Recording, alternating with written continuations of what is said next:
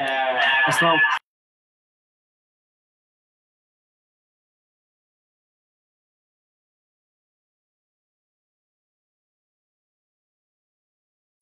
আসসালামু আলাইকুম সাবির ভাই, ভালো আছেন ভাইয়া? সাবির ভাই কি শুনতে পাচ্ছেন ভাইয়া?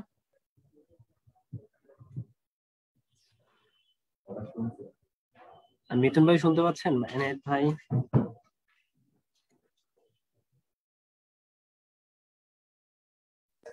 হ্যাঁ, রুবেল ভাই শুনতে পাচ্ছেন? হ্যাঁ হ্যাঁ ভাই শুনতে পাচ্ছি। সাবির ভাই শুনতে পাচ্ছেন?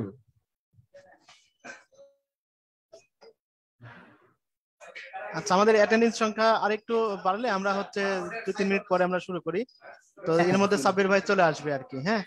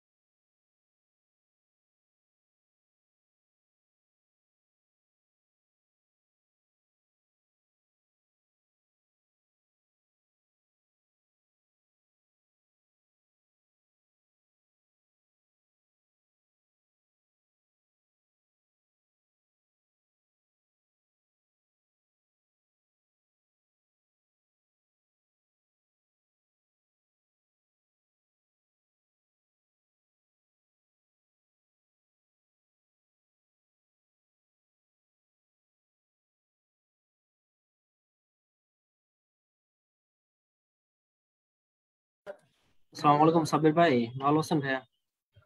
ওয়ালাইকুম আসসালাম ভাইয়া, ভালো আছি। আমাকে শোনা যাচ্ছে? হ্যাঁ হ্যাঁ ক্লিয়ার শোনা যাচ্ছে। ওকে। আমরা মনে হয় আরো 2-1 মিনিট পর শুরু করি। এখনো অ্যাটেন্ডি বাড়ছে, পার্টিসিপেন্ট জয়েন করছে। 2 মিনিট পরে ঠিক শুরু আছে করি ভাইয়া। ওকে? হ্যাঁ, ওকে।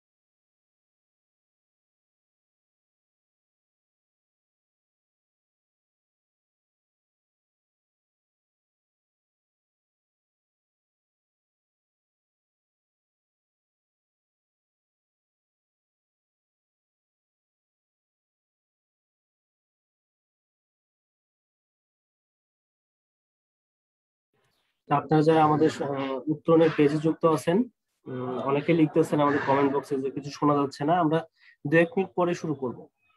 আপনারা সবাই জয়েন করতেছেন তো হচ্ছে, যেহেতু জয়েন করতেছে এখনো, তো সবাই জয়েন করলে তারপরে আমরা শুরু করব। আর আপনারা হচ্ছে এর মধ্যে একটা কাজ করতে পারেন, আপনাদের যেসব ফ্রেন্ড যারা আছে তাদেরকে মেনশন করতে পারেন, অথবা আপনাদের প্রোফাইল এটা শেয়ার করতে পারেন।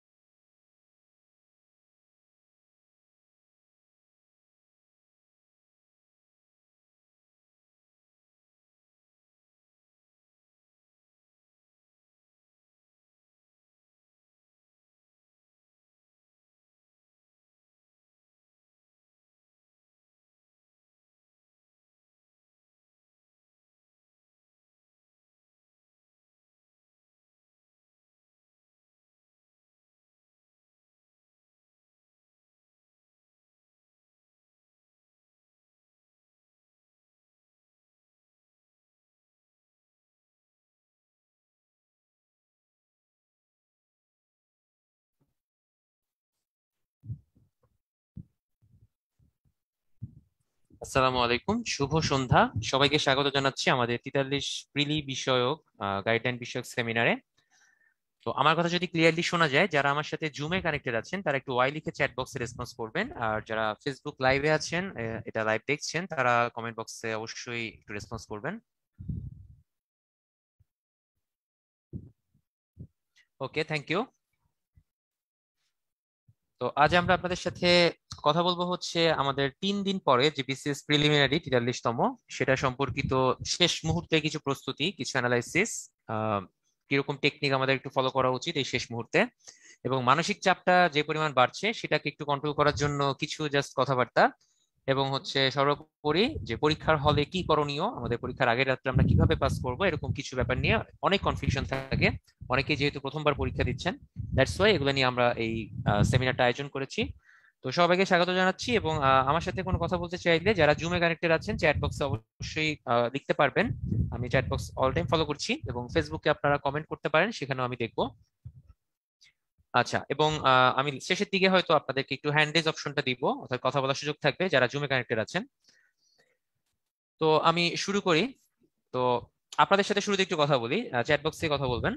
সেটা হচ্ছে 3 দিন পর পরীক্ষা, সবার কি অবস্থা, মানসিক অবস্থা প্লাস প্রস্তুতির অবস্থা, সেই বিষয়টা নিয়ে একটু জানতে চাচ্ছি।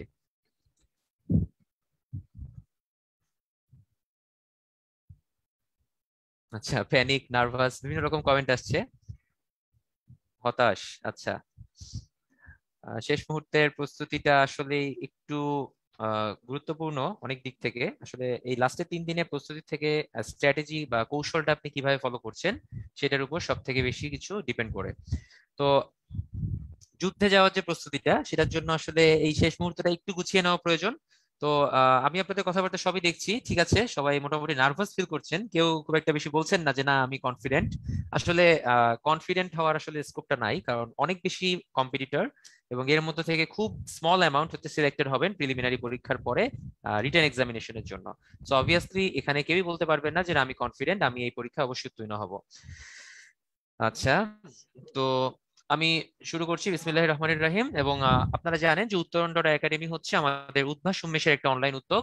বিসিএস সহ অন্যান্য চাকরি নিয়োগ পরীক্ষার জন্য আমরা এই সার্ভিসটা চালু করেছি। তো এটা হচ্ছে আমাদের মটো, বিসিএস কঠিন নয় যদি আপনার প্রস্তুতি একটু গোছানো হয়। আসলে কঠিন নয় কথাটার সাথে আমি একমত, আবার কিছু ক্ষেত্রে এটা একটু দ্বিমত পোষণ করি মাঝে মধ্যে। কারণ হচ্ছে কঠিন দিয়ে বোঝানো হচ্ছে আপনি হয়তো ভালো প্রিপারেশন নিচ্ছেন, কিন্তু শেষ মুহূর্তে আপনি হয়তো 20,000 পিলিতে উত্তীর্ণ হবেন, তার মধ্যে নাও থাকতে পারেন, হয়তো ভালো প্রস্তুতি তারপর আপনার আছে। সো তবুও অ্যাটলিস্ট প্রস্তুতিটা এবার যদি ভালো গুছানো থাকে, কোনো কারণে যদি লাকটা ফেভার না করে, ইনশাল্লাহ আগামীবার হবে। এটাই হচ্ছে সব থেকে বড় কথা। Okay, so welcome you all to our guideline seminar of 43rd BCS preliminary exam. তো আপনারা জানেন যে আগামী 29শে অক্টোবর শুক্রবার সকাল 10টায় এই প্রিলিমিনারি পরীক্ষা অনুষ্ঠিত হবে দেশের সব কয়টা বিভাগীয় শহরে। সো যেটা মেইন কথা সেটা হচ্ছে পরীক্ষা যেহেতু দিচ্ছেন, পরীক্ষা দেওয়ার আগে সব থেকে বড় জিনিসটা হচ্ছে আপনার পরীক্ষায় উপস্থিতিটা নিশ্চিত করা। তো এই জন্য সবসময় আমরা বলে থাকি, ইভেন সিনিয়র যারা আছেন সবাই বলবেন যে অ্যাটলিস্ট পরীক্ষা শুরুর 1 ঘন্টা আগে যেন পৌঁছাতে পারেন, সেরকম টাইম ম্যানেজমেন্ট করে আপনাকে বাসা থেকে বের হতে হবে। আমি ঢাকা শহরের কথা একটু বলবো, যারা ঢাকা থেকে এক্সাম দিবেন তাদের জন্য জ্যামটা কিন্তু খুব বেশি পরিমাণে ফেস করতে হবে, যেটা অন্যান্য বিভাগীয় শহরগুলোতে হয়তো অতটা ফেস করতে হবে না। তো সেক্ষেত্রে হচ্ছে অবশ্যই একটু আগে বের হবেন। যে 10টায় পরীক্ষা থাকে আপনি 7টার মধ্যে বেরিয়ে যান, যেন অ্যাটলিস্ট 2 ঘন্টা দেরি হলো, মানে 2 ঘন্টা সময় লাগলো যেন আপনি 9টার মধ্যে ওখানে পৌঁছাতে পারেন। আচ্ছা, অনেকেরই হচ্ছে বাসা থেকে সেন্টার অনেক দূরে, তাদের জন্য হয়তো আরেকটু আগেও বের হওয়া লাগতে পারে। আর কাছাকাছি সেন্টারের জন্য তো অবশ্যই সেটা আপনার সেন্স যেটা বলে সেটা নিয়ে কাজ করবেন। তবে সবসময় দেখা যায় কি, প্রতিটা বিসিএস পরীক্ষাতেই কিছু পরীক্ষার্থী পরীক্ষা অ্যাটেন্ড করতে পারে না, হচ্ছে এই সময়টা ম্যানেজ করতে পারে না, দেরিতে গিয়ে পৌঁছায় এবং এই কারণে পরীক্ষাটা দিতে পারে না। আচ্ছা, চ্যাট বক্সে আমি কথাবার্তা দেখছি, আমি সবগুলো নিয়ে কথা বলবো ইনশাল্লাহ ভাইয়ারা, আপনারা হতাশ হওয়ার কিছু নাই। সো আমি একটু শুরু করি হচ্ছে পরীক্ষার আগের দিনের প্রস্তুতি, বা এই যে আজকে 26 তারিখ, 27, 28 এই 2 দিন সামনে আছে আপনাদের, এই সময়টার প্রস্তুতি কেমন হওয়া উচিত। আচ্ছা, কথা হচ্ছে আপনারা এ পর্যন্ত যা যা পড়েছেন প্রতিটা টপিক নিয়ে, এই পর্যন্ত যা পড়েছেন তাই শেষ, এর বাইরে এখন নতুন করে কিছু পড়ার নাই। এখন গুছিয়ে নেবেন হচ্ছে যা যা পড়লেন সেটার কোথায় কোথায় একটু হয়তো গাফিলতি আছে, বা কোন জায়গাটা একটু আবার নতুন করে রিভিশন করা লাগতে পারে, সেই জিনিসগুলো একটু ভালো করে এখন দেখতে হবে। যদি সাবজেক্ট ওয়াইজ আসি তাহলে বলতে পারি হচ্ছে আপনার যারা হচ্ছে ম্যাথ, বিজ্ঞান বা কম্পিউটার, এরপরে হচ্ছে আপনার মানসিক দক্ষতা, এই অংশগুলোতে একটু উইক, তারা এই সময়টা এগুলো একটু ভালো করে আবার চর্চা করতে পারেন। ওকে, আবার কারো হয়তো বাংলা সাহিত্যের কবি সাহিত্যিকের নাম, জন্মসাল বা গ্রন্থের নাম, কাব্যগ্রন্থের নাম এগুলো মনে থাকে না, তো সেক্ষেত্রে এই অংশগুলো একটু বারবার রিভাইজ করতে পারেন, এটা হয়তো আপনাদের জন্য একটু উপকার হবে। আচ্ছা, আমি সবই বলবো ভাইয়া, চ্যাট বক্সে আপনারা লিখে রাখেন, আমি সব দেখছি। তো যেটা বলছিলাম, তো সাবজেক্ট ওয়াইজ হচ্ছে আপনার যে সাইডটা স্ট্রং সেটাকে আবার অবহেলা করা যাবে না, কারণ অনেকে হচ্ছে কি মনে করেন বিজ্ঞান খুব ভালো পারেন, সায়েন্সের স্টুডেন্ট, সো আপনি চিন্তা করলেন যে এই লাস্ট 3-4 দিনে বিজ্ঞান দেখলাম না, যা পড়েছি তো অনেক পড়েছি, সো আমি পরীক্ষা দিতে যাই, অসুবিধা হবে না, আমি তো পারবোই। বাট এই আশাটা নিয়ে গেলে কিন্তু অনেক সমস্যা হয়। প্রিলিতে এরকম হয়েছে, সায়েন্সের স্টুডেন্ট বিজ্ঞানে 7-8 বেশি পাইনি, এরকমও দেখা গিয়েছে, ম্যাথ কমপ্লিট করতে পারেনি, কারণ পরীক্ষা হলো এমসিকিউটা সে ওখানে মিলাতে পারছে না, এরকম অনেক প্রবলেম হয়, এটা রিটেন এক্সামিনেশনও হয়, প্রিলিতেও হয়। আচ্ছা, এরপরে হচ্ছে যেটা বলছি সেটা হচ্ছে আপনার পরীক্ষার আগের দিনের প্রস্তুতিটা নিয়ে আমি কথা বলছি, কালকের দিনটা পরে বলবো। আগের দিনটা হচ্ছে সর্বপ্রথম হচ্ছে মাথা ঠান্ডা রাখতে হবে। নাম্বার 1, আপনি আগে কুল এন্ড কাম থাকেন, ঠিক আছে? মাথাকে একদম বরফ শীতল ঠান্ডা বানিয়ে ফেলবেন, লাগলে আইস কুল পাউডার যদি দেওয়া লাগে সেটাও দিয়ে দিবেন, কোনো সমস্যা নেই। মাথা ঠান্ডা রাখতে হবে। যে মুহূর্তে আপনি নার্ভাস হবেন সেই মুহূর্তে দেখবেন হচ্ছে আপনার পরীক্ষার যে কনফিডেন্সটা সেটা লেভেল ডাউন হয়ে যাচ্ছে, এবং আপনি যে জিনিসটা পারছেন সেটা হয়তো ওই সময়টা পারবেন না। সো মাথা ঠান্ডা রাখাটা অবশ্যই জরুরি। এই মুহূর্তে আপনারা বলতে পারেন যে ভাইয়া এটা তো বলা সহজ, রাখতে তো পারছি না। হ্যাঁ, আসলে বলা সহজ, আমার স্টেজ থেকে আমি সুন্দর আপনাদেরকে হয়তো পরামর্শ দিব যে রাখতে হবে, কিন্তু আপনারা হয়তো সেটা করতে নাও পারেন, but still you will try. Okay, আচ্ছা, পরবর্তী যে জিনিসটা একটু খেয়াল রাখতে হবে সেটা হচ্ছে আপনার অবশ্যই সৃষ্টিকর্তাকে স্মরণ করতে হবে। এই মুহূর্তটা যদি সৃষ্টিকর্তা আপনার উপর কৃপা বা করুণা না করেন, আপনি কোনোভাবেই কোনো কিছুতে সফলতা অর্জন করতে পারবেন না, সেটা বিসিএস কেন, জীবনের প্রতিটা ক্ষেত্রে। তো অবশ্যই ভাগ্য, সৃষ্টিকর্তা এগুলোর উপর একটু সহায় হতে হবে, তা না হলে আসলে সবসময় সবকিছু পাওয়া যায় না চাইলেও। আচ্ছা, এখন কথা হচ্ছে আগের রাতে কি করবেন, কখন ঘুমাবো, কখন উঠবো, এই টাইপের অনেক কনফিউশন থাকে। আমার কি পরিপূর্ণ 8 ঘন্টা ঘুম দরকার কিনা? অনেকে বলেন যে আমার তো টেনশনে ঘুম হচ্ছে না, আমি না ঘুমিয়ে পরীক্ষা দিব, এরপরে এসে ঘুমাবো। সো কি কি ফ্যাক্ট হতে পারে সেগুলো নিয়ে একটু কথা বলি। পরীক্ষার আগের রাতে নর্মাল টাইমে আপনি যেরকম ঘুমান, কেউ 6 ঘন্টা ঘুমালে হয়ে যায়, কেউ 7 ঘন্টা ঘুমান, কেউ 5 ঘন্টা ঘুমালে হয়ে যায়। সো আপনি যে নর্মাল টাইমটা প্রতিদিন রাতে ঘুমান সেই ঘুমটাই আপনি দিবেন, এর জন্য এক্সট্রা কিছু এফোর্ট দেওয়ার দরকার নাই আমার মনে হয়। তবে ভুলেও রাত জাগতে যাবেন না, ঠিক আছে? রাত জাগা তাড়া হওয়ার কোনো দরকার নাই, এটা অবশ্যই নিষিদ্ধ। জেগে আপনি পরীক্ষা দিতে গেলেন, ওই পরীক্ষা জীবনেও ভালো হবে না, আমি আপনাকে গ্যারান্টি দিয়ে বলতে পারি, ঠিক আছে? আচ্ছা, এরপরের ব্যাপারটা হচ্ছে আপনার আগের দিনে কি কি দেখতে পারি আমরা, সবগুলো সাবজেক্ট কি আমরা রিভাইজ দিব নাকি কোনো স্পেশালাইজড কোনো সাবজেক্টগুলো দেখে যাব? আগের দিনে রিভিশনটা কিছুটা একটু টেকনিক্যালি হওয়া উচিত। আপনি লাস্ট 4 থেকে 5 মাস মিনিমাম ধরলাম, এই সময়টা নিশ্চয়ই আপনার প্রস্তুতি নিচ্ছেন। সো এই 4-5 মাসের প্রস্তুতি আপনি নিশ্চয়ই এক রাতে বা আগের দিনটাতে পুরোপুরি রিভাইজ করতে কখনোই পারবেন না, এটা সম্ভব না। সো কি করা যায়, আমি আবারও বলতেছি, যেটা হচ্ছে স্ট্রং সাইডটা একটু ভালো করে দেখেন আবার, যেন ওখানে কোনো ভুল না হয়। এরপরে হচ্ছে ম্যাথমেটিক্স এর সূত্রগুলো একটু আমরা ভালো করে দেখি লাস্ট মুহূর্তে, ইকুয়েশন গুলা যেন পরীক্ষার হলে ভুলে না যাই। ওকে, এরপরে হচ্ছে বিজ্ঞান অংশের যে কিছু বায়োলজিক্যাল কিছু নাম থাকে, তো ওই অংশগুলো একটু ভালো করে দেখি, বা পদার্থবিজ্ঞান বা রসায়নের যদি কোনো সংকেত থাকে এটা একটু একবার রিভাইজ দিয়ে ফেলি, কিছু ইম্পর্টেন্ট সংকেতগুলা এটা হতে পারে। এরপরে হচ্ছে লিটারেচার অংশটা, ইংলিশ লিটারেচার বাংলা লিটারেচার দুইটার ক্ষেত্রে এখানে প্রচুর পরিমাণে কবি সাহিত্যিকের নাম থাকে। সো আমি শেষ মুহূর্তে একটু জাস্ট চোখ বুলিয়ে যাব, পৃষ্ঠ উল্টাবো, চোখ বুলাবো, সব করা কোনোভাবেই সম্ভব না। সো জাস্ট একটু অ্যাট এ গ্ল্যান্স আপনাকে বার্ডস আই ভিউ দিয়ে জিনিসটাকে একটু কভার করতে হবে। আর কি জিনিসগুলো আছে, বাংলাদেশ বিষয়ে বলি, বিডি অ্যাফেয়ার্স, ইন্টারন্যাশনাল অ্যাফেয়ার্স, এইখানে অনেক কিছু ব্যাপার থাকে, যেমন দেশের নাম, মুদ্রার নাম, তারপর হচ্ছে কোন সংস্থার আপনার সদর দপ্তর কোথায়, এখান থেকে মাঝে মধ্যে 1 নাম্বার প্রায় আসে। তো ওটা একটু আমরা ভালো করে দেখে ফেলি। এরপরে হচ্ছে অর্থনৈতিক সমীক্ষাটা একটু আমরা দেখলাম, সমীক্ষার ডেটাগুলো দেখলাম, কারণ প্রতিবারই রিসেন্ট অর্থনৈতিক সমীক্ষা থেকে একটা বা দুইটা কোশ্চেন আসে। তো অর্থনৈতিক সমীক্ষা আমার জিডিপি গ্রোথ কত, আমার পার ক্যাপিটা ইনকাম কত আছে, বা আদার্স জন্মহার মৃত্যুহার কত আছে, আমার সাক্ষরতার হার এখন কত, তাই না, বা আমার যেটা বলছে হচ্ছে আপনার গড় আয়ুষ্কাল কত, এরকম কিছু ইনফোগুলো যেগুলো কমন সেগুলো একটু চোখ বোলানো যেতে পারে, এগুলো হচ্ছে কথা। আর লাস্টের দিনে হচ্ছে ভূগোল, মানসিক দক্ষতা, সরি ভূগোল, তারপর নৈতিকতা, মূল্যবোধ, সুশাসন, এই টাইপের টপিকগুলো আমার মনে হয় টাচ না করলেও চলবে, ইটস ওকে। এগুলো হচ্ছে পরীক্ষার হলে গিয়ে আপনি যা পড়েছেন এতদিন, I think more than enough. তো এই গেল হচ্ছে সাবজেক্ট ভিত্তিক কিছু কথাবার্তা, আগের দিনে আমরা এরকম কিছু রিভাইজ দিতে পারি এই অংশগুলা। তো এবার হচ্ছে পরীক্ষার দিন শুরু হলো, আপনি পরীক্ষার হলে যাবেন, পরীক্ষা হলে যাওয়ার পরে আপনি কি কি করবেন সেই বিষয়ে আমরা একটু কথা বলি। এইখানে অনেকেই আমাকে চ্যাট বক্সে কোশ্চেন করেছেন জুমে, এবং ফেসবুকে লাইভেও কিছু কোশ্চেন এসেছে, আমি সবগুলাই মিলিয়ে আপনাদেরকে অ্যান্সার দিচ্ছি, আশা করি সবার অ্যান্সার পেয়ে যাবেন। আচ্ছা, পরীক্ষার হলে সুন্দর আমরা ধরলাম 9টা থেকে 9:30-র মধ্যে আমরা ঢুকে গেলাম, ম্যাক্সিমাম 9:30 AM এর মধ্যে আমরা প্রবেশ করবো ইনশাল্লাহ। তো পরীক্ষার হলে আপনার সিট প্ল্যানটা আগে দেখে নিবেন, একদম সেন্টারের শুরুতে গেটের মুখে সিট প্ল্যানটা দেওয়া থাকে, প্রচুর পরিমাণে ভিড় হবে ওই জায়গাটায়, সো একটু ভিড় ঠেলে হোক বা যেভাবেই হোক একটু সিস্টেম করে সিট প্ল্যানটা বুঝে নিবেন যে এক্স্যাক্টলি কোন বিল্ডিং এ আপনার সিটটা পড়েছে। বাই দ্য ওয়ে, এখানে একটু আগে বলে রাখি, এই জিনিসটা অনেকে ভুল করেন, এটা একটু আগের কথা, আপনি অবশ্যই আমার সেমিনারটা শেষ হওয়ার পরে আপনার বিসিএস পরীক্ষার সিটটা কোথায় পড়েছে, কোন কেন্দ্রে পড়েছে আরেকবার চোখ বুলাবেন, ভেনু যেন ভুল না হয়। এই সেন্টার ভুলের কারণে এক পরীক্ষার্থীর সেন্টার পড়েছে সাপোজ হচ্ছে খিলগাঁও সরকারি উচ্চ বিদ্যালয়ে, সে চলে গেছে হচ্ছে খিলগাঁও মডেল কলেজে, এরকম হতে পারে অনেক সময়। সো এই ভুলগুলো যেন না হয়, এটা অফকোর্স ভালো করে আগে দেখবেন। কেন্দ্র ভুল, আপনি বাতিল, ঠিক আছে, এখানে আপনাকে কেউ কোনো চান্স দিবে না, আপনি ওই কেন্দ্র থেকে আরেক কেন্দ্রে যেতে গিয়ে দেখবেন যে পরীক্ষা শেষ।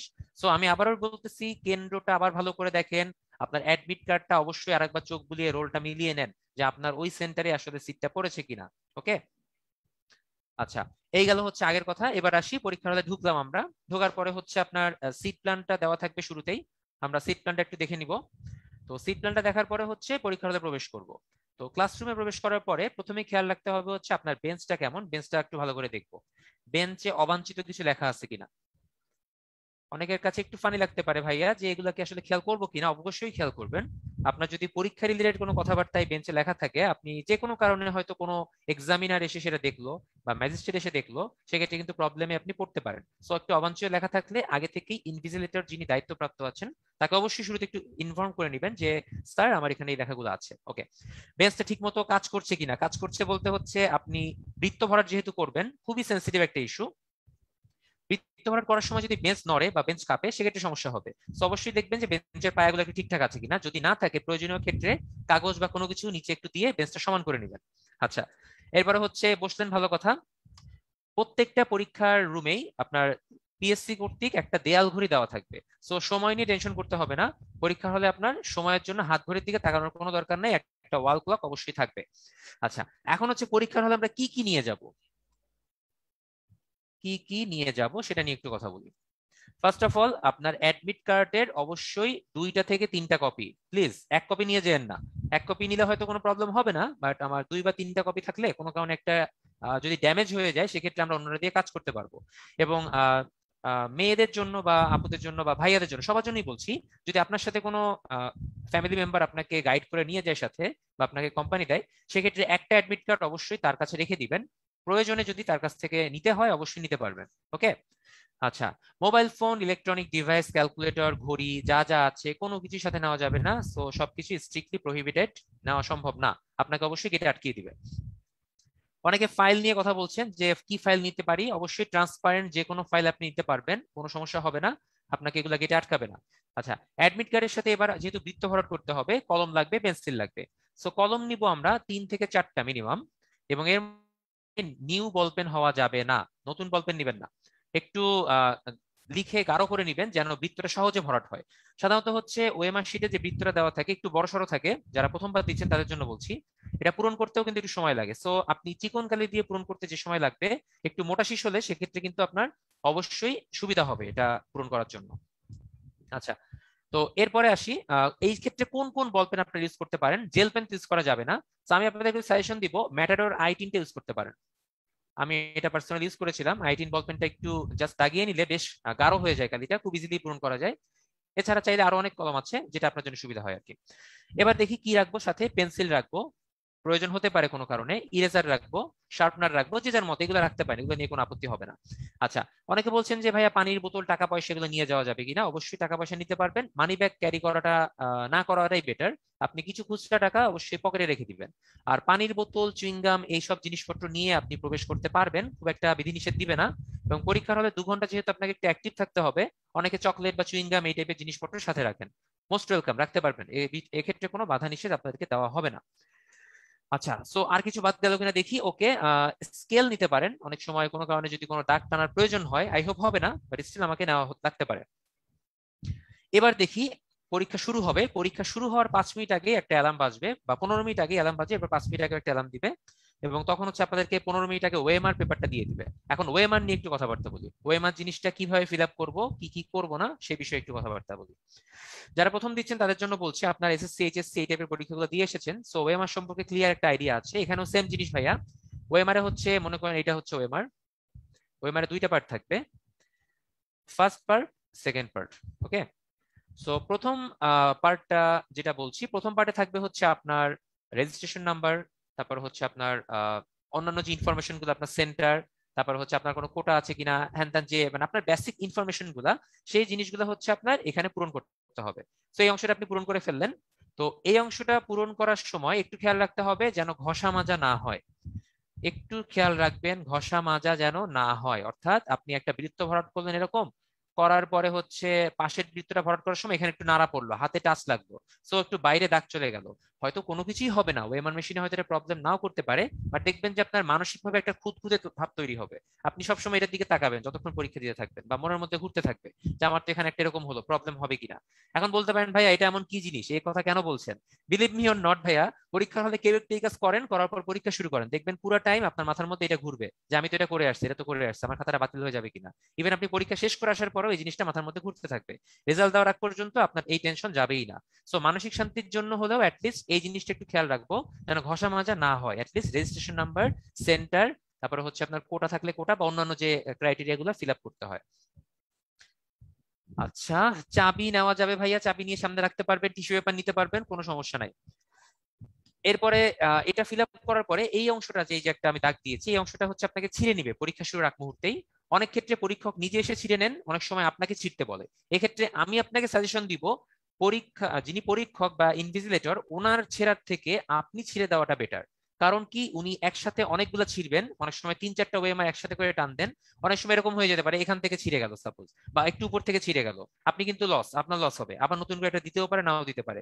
সো সেক্ষেত্রে অবশ্যই আপনি আপনার মতো করে ছিঁড়ে রাখবেন, ঠিক আছে। সেট কোড নিয়ে বলবো ভাইয়া, সেট কোড নিয়ে টেনশনের কারণ নাই।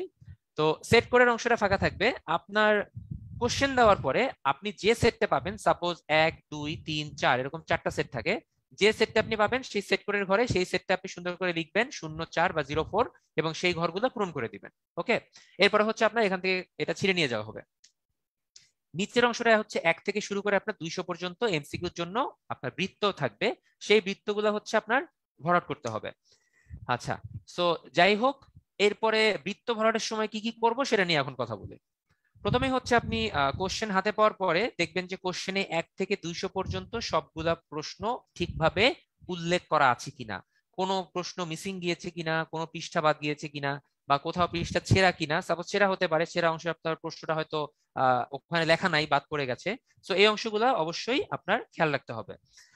আচ্ছা, এরপরে হচ্ছে আপনি অবশ্যই শুরু করবেন হচ্ছে আপনার নিজস্ব মতামত অনুযায়ী, অর্থাৎ আপনি কোনটা ভালো পারেন, কোনটা আপনার স্ট্রং জোন, এটা নিয়ে আপনি শুরু করতে পারেন। আবার হচ্ছে একদম ক্রোনোলজিক্যালি এক থেকেও শুরু করতে পারেন। সো এগুলো নিয়ে একটু কথা বলি। যদি আপনি আপনার স্ট্রং জোন নিয়ে কথা বলেন তাহলে কি হতে পারে, স্ট্রং জোন দিয়ে শুরু করলেন, সাপোজ আপনি বাংলা সাহিত্যটা খুব ভালো পারেন, আপনার পড়েছে সেট 4, বাংলা সাহিত্য আছে হচ্ছে আপনার মনে করেন 155 থেকে 175 পর্যন্ত, সাপোজ এরকম একটা জায়গায় আছে, থাকতেই পারে। তো সেক্ষেত্রে কি হলো, আপনাকে ওই অংশটা খুঁজতে হবে। খোঁজার জন্য আপনার কিছু এক্সট্রা টাইম যাবে। এক্সট্রা টাইম বলতে যদি সেক্ষেত্রে আপনার কয়েক সেকেন্ড সময়ও যায়, 20 থেকে 30 সেকেন্ড, সেটাও কিন্তু আপনার জন্য লস হতে পারে লাস্ট মুহূর্তে গিয়ে। সো ডিসিশনটা আপনার উপরে, স্ট্রং জোন দিয়েও শুরু করতে পারেন, ইভেন আপনার একদম ক্রোনোলজিক্যালি এক থেকেও শুরু করতে পারেন, এটা আপনার উপর, এটা নিয়ে কোনো সমস্যা নাই। হোয়াইট বোর্ড টাইপের কোনো কিছু না নিয়ে যাওয়াই ভালো পরীক্ষার হলে, সেক্ষেত্রে সমস্যা হতে পারে। আচ্ছা, তো প্রশ্ন পাওয়ার পর কি কি করণীয় বলে ফেললাম ভাইয়া, কোন বিষয়টা আগে দেখানো উচিত সেটাও বলছি। এবার আসি কতগুলা পূরণ করব, কিভাবে রাফ করব। প্রশ্ন কতগুলা পূরণ করবেন সেই বিষয়ে একটা আইডিয়া পেয়ে যাবেন আপনি পরীক্ষা শুরুর 15 থেকে 20 মিনিটের মধ্যে। যখন দেখবেন আপনি ম্যাক্সিমাম প্রশ্নের অ্যান্সার পারতেছেন এবং আশেপাশেও সবাই ইচ্ছা মতো পূরণ করতেছে, দেখবেন যে বুঝবেন তখন যে প্রশ্ন সহজ হয়েছে, অনেকগুলা মানে কাটমার্ক একটু বেশি থাকবে। আবার যদি 15-20 মিনিট পর যে বুঝেন যে আপনি তো কিছুই পারতেছেন না, অনেক কিছু সমস্যা হচ্ছে, প্রিপারেশন তো ভালো নিয়ে আসছি তারপরেও কেন পারতেছি না, তখন বুঝবেন যে প্রশ্ন কঠিন আসছে, সো আমাকে একটু মানে টেকনিক্যালি এগোতে হবে বা সাবধানে এগোতে হবে। সো কতটি প্রশ্ন দাগাবো এটার জন্য কোনো সেফ জোন নাই, আমি আবারও বলছি, এটা সম্পূর্ণ হচ্ছে আপনার ওই সময়কার চিন্তা ভাবনা বা প্রশ্নের উপর ডিপেন্ড করবে। যেমন হচ্ছে 38তম বিসিএস পরীক্ষার আমার অনুভূতি থেকে বলতে পারি, 38তম বিসিএস আমি এক্স্যাক্টলি 149 লাগিয়েছিলাম, এর বেশি আমি আর যাই নাই। যখন 1 থেকে 200 পর্যন্ত আপনি চলে যাবেন, একদম থরলি শুরু করে 1 থেকে 200 পর্যন্ত যাবেন, এর মধ্যে যে যে প্রশ্নগুলো আপনার মিনিমাম কনফিউশন থাকবে সেটা পূরণ করবেন না, ফাঁকা রেখে দিবেন। যদি এরকমও হয় যে 4টার মধ্যে আপনি 2টাকে এলিমিনেট করে দিয়েছেন, যে ক আর খ অ্যান্সার হতে পারেই না, হয় গ হবে না হলে ঘ হবে, তারপর আপনি পূরণ করবেন না ভাইয়া, রিকোয়েস্ট করছি ফাঁকা রাখবেন, এত ওভার কনফিডেন্সের দরকার নাই। ফাঁকা রেখে যেগুলো আপনি একদমই শিওর জাস্ট সেগুলো পূরণ করে ফেলবেন, ঠিক আছে? আচ্ছা, একটা প্রশ্ন এসেছে, একটু সাথে অ্যান্সার দিয়ে দিই, যে অনেকে বলেন যে বৃত্ত ভরাট না করে আমি কোশ্চেন গুলাতে ছোট ছোট করে মার্ক দিয়ে যাব, যে 1-এর ক, 2-এর গ, 3-এর ঘ, এরকম করে মার্ক করে যাব, লাস্টে গিয়ে একবারে সব পূরণ করব। আমি বলবো ভাইয়া এটা করেন না, যে প্রশ্নটা সাথে সাথে আপনি পারছেন ওটা বৃত্ত ভরাট করে ফেলবেন, লাস্টে অনেক সময় প্রবলেম হতে পারে, এটা করার কোনো দরকার নেই। আচ্ছা, তো এরপরে হলো কি, 1 থেকে 200 পর্যন্ত আপনি পূরণ করে ফেললেন, পূরণ করার পর দেখলেন আপনি হচ্ছে 120টা সাপোজ পূরণ করেছেন, ঠিক আছে? এখন কথা হচ্ছে 120টা যে আপনি পূরণ করলেন এর মধ্যে সবগুলাই যে আপনার হয়েছে এটা তো আপনি শিওর না, আপনার এই পারা জিনিসের মধ্যেও তো ভুল থাকে। আপনি যতই ভালো পারেন না কেন দেখবেন এই 120টার মধ্যে 8 থেকে 10টা প্রশ্ন আপনার ভুল হয়ে যাবে ভিতরে, একদম ওভার শিওর হওয়ার পরেও কোনো না কোনো ভাবে আপনি হয়তো নার্ভাস মাইন্ডে বা অ্যাবসেন্ট মাইন্ডে একটা ভুল করে ফেলবেন। তো সেক্ষেত্রে কি করতে হবে, আমার প্রশ্ন দাগানোর পরিমাণটা আর একটু বাড়াতে হবে। এখন কিভাবে বাড়াবো, যে যে প্রশ্নগুলো আমি এতক্ষণ পারি নাই, অর্থাৎ 80টা প্রশ্ন যে আমার ফাঁকা রাখা আছে, আমি আবার সেই শুরুতে একে চলে যাব, 1 থেকে শুরু করব যে কোন কোনগুলো ফাঁকা আছে, এবং দেখব যে ক খ গ ঘ 4টা অপশনের মধ্যে যদি এরকম হয় যে খ আর ঘ বাতিল হয়ে গেছে, এই দুইটা হবে না আমি শিওর, ক আর গ এর মধ্যে হবে, সেক্ষেত্রে 50-50, সেক্ষেত্রে আপনি জুয়া খেলতে পারেন, সেক্ষেত্রে আপনি যে কোনো একটা পূরণ করে দিয়ে আসতে পারেন। বা এরকম মনে হতে পারে যে ম্যাথ তো পারতেছি না, এটা ফাঁকা রাখছি, লাস্ট মুহূর্তে করার টাইমও নাই, সেক্ষেত্রে ভাইয়া ম্যাথ দাগানোর আমি জন্য ডিসকারেজ করবো, কারণ ম্যাথের অ্যান্সার যে কোনটা হবে আপনি জানেন না, সো এটা অ্যান্সার না করাই ভালো। আচ্ছা, সো বুঝতেই পারছেন 50-50% থাকলে সেরকম কিছু প্রশ্ন অ্যান্সার করব, করে মোটামুটি দেখবো যে সাপোজ আপনি এক্সট্রা আরো 20টা পূরণ করলেন, তো 20টা পূরণ করার পর আপনার ভুল গেল 8টা, হয়েছে 12টা সাপোজ, সো 12-র জন্য আপনি 12 পাবেন, 8-এর জন্য আপনার ভুল হয়েছে 8টা, 8-এর জন্য 0.5 করে 4 নাম্বার বাদ যাবে, আলটিমেটলি 12 - 4 আপনি কিন্তু 8 নাম্বার বেশি পেয়ে গেছেন। সো এটা অবশ্যই আপনার জন্য একটা বোনাস সাইড, যেটা আমার 3800 হয়েছিল, লাস্টের দিকে আমি 10টা না 12টা পূরণ করেছিলাম, 2টা না 3টা ভুল গিয়েছে, আলটিমেটলি কিছু নাম্বার আমার ইনক্রিজ করেছে, সবার ক্ষেত্রে এটা হয়। সো আমি ওই অংশগুলো লাগাবো, এর বেশি লাগানোর প্রয়োজন নাই। 38তম বিসিএস আমার এক ভাই পরিচিত, উনি 174টা পূরণ করেছিলেন, ঠিক আছে? ওনার 174টার মধ্যে 28টার মতো ভুল গিয়েছিল মোস্ট প্রবাবলি, আমার পুরোপুরি খেয়াল নাই, তারপর উনি টিকেছিলেন। সো এত নেগেটিভ মার্কিং এরও দরকার নেই আমার মতে, এটা সম্পূর্ণ আপনার উপরে যে আপনি কতটা পূরণ করে নিজেকে সেফ জোনে রাখতে পারবেন। সো এক্ষেত্রে গুরুত্বপূর্ণ হচ্ছে শুরুতে যে 120টার কথা বললাম তার মধ্যে আপনি কতটা শিওর আছেন তার উপর বেস করে পরের প্রশ্নগুলো আপনি দাগাবেন, ঠিক আছে? আচ্ছা, এবার কথা হচ্ছে অ্যাডমিট কার্ডের যখন আপনার সাইন থাকবে সেই সাইনটা নিয়ে একটু কথা বলে, একজন প্রশ্ন করেছেন, পরীক্ষার মাঝে আপনার সাইন নিতে আসবে, অর্থাৎ হাজিরা খাতায় আপনার একটা সিগনেচার দিতে হবে, সেই সিগনেচারটা হবে হচ্ছে অ্যাডমিট কার্ডে আপনি যে সিগনেচারটা দিয়েছেন একদম এক্সাক্ট সেই সিগনেচারটা আপনাকে দিতে হবে, এদিক ওদিক করার কোনো চেষ্টা করেন না ভাইয়া, ওই সিগনেচার দেখে লাগলে পূরণ করবেন, ঠিক আছে? এবং এই সিগনেচারটা না দিলে কিন্তু আপনি উপস্থিতির তালিকায় থাকবেন না, আপনি পরীক্ষা অ্যাটেন্ড করলেও আপনার পরীক্ষাটা কাউন্ট করা হবে না, সেটা কিন্তু একটা সমস্যা হবে। আচ্ছা, আর কি কি হতে পারে ভাইয়া? মনে করেন 1 ঘন্টার আগে আপনাদেরকে হয়তো বের হতে দিবে না, 1 ঘন্টা পরে ওয়াশরুমে যাওয়ার প্রয়োজন হতে পারে, বা চেষ্টা করবেন পরীক্ষা শুরুর আগেই ওয়াশরুম বা অন্য পানি খাওয়া বা অন্য রিলেটেড জিনিসগুলা একটু শেষ করে নেওয়ার জন্য। ঠিক আছে? আচ্ছা, এবার আসি রাফের বিষয়। ম্যাথমেটিক্স বা মানসিক দক্ষতা আমাদেরকে রাফ করতে হবে। সো রাফটা কোথায় করব? অনেক সময় আপনার পরীক্ষক যিনি থাকবেন তিনি শুরুতেই বলে দিবেন যে কোশ্চেনে কোনো মার্ক করা যাবে না, এটা নর্মালি সব সেন্টারে বলা হয়ে থাকে। সো সেক্ষেত্রে এখন কি করব? সেক্ষেত্রে আপনি ইনভিজিলেটরকে বলবেন, যেহেতু প্রশ্নে বললেন স্যার যে মার্ক করা যাবে না, কিন্তু আমাদের তো ম্যাথে রাফ করতে হবে, আমরা কোথায় রাফ করব? হয় উনি আপনাকে কোনো এক্সট্রা পেপার প্রোভাইড করবে, অথবা উনি বলে দিবেন যে ঠিক আছে প্রশ্নে অ্যান্সার দেখাবেন না, কিন্তু ম্যাথের পাশে ছোট ছোট করে রাফ করতে পারেন, এরকম কোন একটা অপশন আপনাকে অবশ্যই উনি দিতে বাধ্য। উনি ওনার পক্ষে পসিবল না যে আপনি যা খুশি করেন আমাদের কোনো ব্যাপার না, এরকম বলতে পারবেন না, বা আপনাকে বলার কোনো অপশন নাই যে না রাফ করা যাবে না, আপনাকে করতেই হবে। সো উনি যদি কোনো কারণে অসহযোগিতা করেন, অন্য কোনো ইনভিজিলেটর থাকলে বা ওই সেন্টারে যিনি পরীক্ষার অ্যাডমিনিস্ট্রেটর আছেন, বা যদি কোনো কর্তব্যরত ম্যাজিস্ট্রেট আসেন, আপনি অবশ্যই তাকে নোটিফাই করবেন যে আমার এই প্রবলেমটা সলভ হয়নি, এই ইনভিজিলেটর আমাকে হেল্প করছেন না। অবশ্যই ওনারা আপনাকে এই প্রবলেমটা সলভ করে দিবেন। অর্থাৎ আপনাকে রাফ করতে অবশ্যই দেওয়া হবে, হয় অ্যাডমিট কার্ডে করতে বলবে, না হয় হচ্ছে আপনার প্রশ্নে করতে বলবে, না হয় আপনাকে এক্সট্রা কোনো একটা সাদা কাগজ দেওয়ার ব্যবস্থা করবে, এটা আপনাকে দিতে অবশ্যই হবে। আচ্ছা, জেলার নাম নিয়ে কথা একজন বলেছেন। জেলার ব্যাপারটা হচ্ছে পরীক্ষার ওখানে আপনার জেলার একটা অপশন থাকে, ওরা মনে হয় পূরণ করে দিতে হয়, সবকিছুই হচ্ছে আপনার ওই ওএমআর শিটে দেওয়া থাকবে। আচ্ছা, সো এই পর্যন্ত কোনো কনফিউশন আছে কিনা একটু তাহলে চ্যাট বক্স বা ফেসবুকের কমেন্টে লিখবেন যে পরীক্ষার হলে করণীয় বর্জনীয় নিয়ে কারো কোনো কনফিউশন আছে কিনা।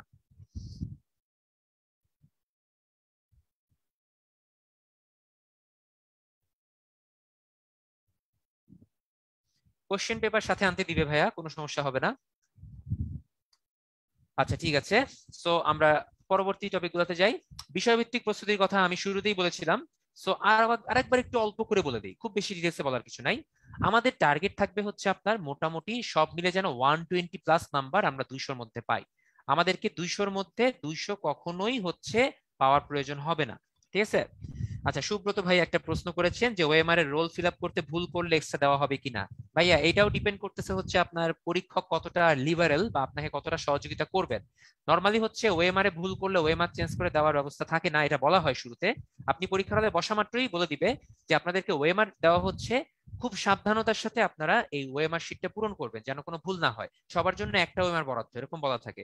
সো এরপরে যদি কোনো ভুল করে ফেলেন সেক্ষেত্রে হয়তো আপনাকে চান্স দিলেও দিতে পারে, অথবা ওটা কেটে পূরণ করার জন্য বলবে, এবং পরবর্তীতে পিএসসি তে একটা আবেদন করার কথা বলতে পারে। সো পরীক্ষক আপনাকে যে পরামর্শটা দিবেন সেটা তখন ফলো করতে হবে। বাট প্লিজ ভুল করবেন না, আপনার জীবনের একটা উইন অর ডেথ সিচুয়েশন এরকম একটা অবস্থা, সো সেক্ষেত্রে আপনি কেন অ্যাবসেন্ট মাইন্ডে ভুল করবেন? এই রেজিস্ট্রেশন নাম্বারটা একদম ঠান্ডা মাথায় পূরণ করবেন, পাশের জনের সাথে কথা বলার কোনো দরকার নাই তো। অনেক সময় শুরুতে হয় কি, আচ্ছা একটু বলে নেই, প্রস্তুতির ব্যাপারটা পরে আসছি। পরীক্ষা দেওয়ার একটা জিনিস হয়, সেটা হচ্ছে পাশের জনের সাথে অনেকে বন্ধুত্ব তৈরি করেন। মনে করেন এই হচ্ছে বেঞ্চের সারিগুলা, আপনি এখানে বসছেন, একজন এখানে, একজন এখানে, একজন এখানে, এরকম করেই থাকে নর্মালি। তো এখানেও এরকম রো থাকে আরো। তো কি করেন যে যেহেতু এর সাথে আমার পাশের জনের সেট তো মিলবে না, না মিললেও অ্যাটলিস্ট কোশ্চেন জিজ্ঞেস করে যদি শোনা যায় কিছু বেশি পাওয়া যায়, এই জিনিসটা অনেকের মাথায় কাজ করে। তো এক্ষেত্রে বললো ভাইয়া শোনাশুনির টেন্ডেন্সিটা একটু বাদ দিতে হবে। আপনি হয়তো শুনে 10টা অ্যান্সার করতে পারবেন, কোনো সমস্যা নাই, বাট এর মধ্যে অনেক প্রবলেম হতে পারে। আপনার পাশের জন্য সবসময় আপনাকে কারেক্ট অ্যান্সার বলবে, আপনি তো তার কোনো আত্মীয় হন না, বা আপনি তার কোনো ওয়েল উইশার না, আপনি হচ্ছেন তার একজন কম্পিটিটর। সে আপনাকে চাইবে না কখনো যে আপনি তার থেকে দুই একটা কোশ্চেন অ্যান্সার বেশি করে ফেলেন। ঠিক আছে? সো এই জিনিসটা একটু অ্যাভয়েড করবেন। এবং এই কথা বলা বলি করতে গিয়ে যদি পরীক্ষক বেশি স্ট্রিক্ট হয় বা করা হয়, সেক্ষেত্রে আপনার ওয়েমারটা নিয়ে যেতে পারে, বা আপনাকে হয়তো কোনো কারণে আপনার রোলটা মার্ক করে ফেলতে পারে, অনেক কিছুই হতে পারে ভাইয়া। আপনারা প্রায় 4.5 লাখের উপর পরীক্ষা দিবেন, শেষ পর্যন্ত হয়তো 20,000 বা মোর দ্যান টিকবেন। সো এই যে 4 লাখের উপর মানুষ আপনারা টিকবেন না, কে যে কোন কারণে টিকতেছেন না বা কে যে কোন কারণে বাদ যাবেন সেটা কিন্তু আপনারা জানেন না। সো একটু নিজের মতো থাকেন, নিজে যা পারি তাই অ্যান্সার করি, মোর দ্যান এনাফ। এবং যদি লাস্টের দিকে এসে দেখেন যে স্কোপ আছে, অনেকেই শোনাশুনি করতেছে কিছু বলতেছে না, সেক্ষেত্রে আমার মনে হয় ইটস ওকে, আপনি চাইলে জিজ্ঞেস করতে পারেন এবং অথেন্টিক হয়ে তারপর পূরণ করার চেষ্টা করবেন আর কি।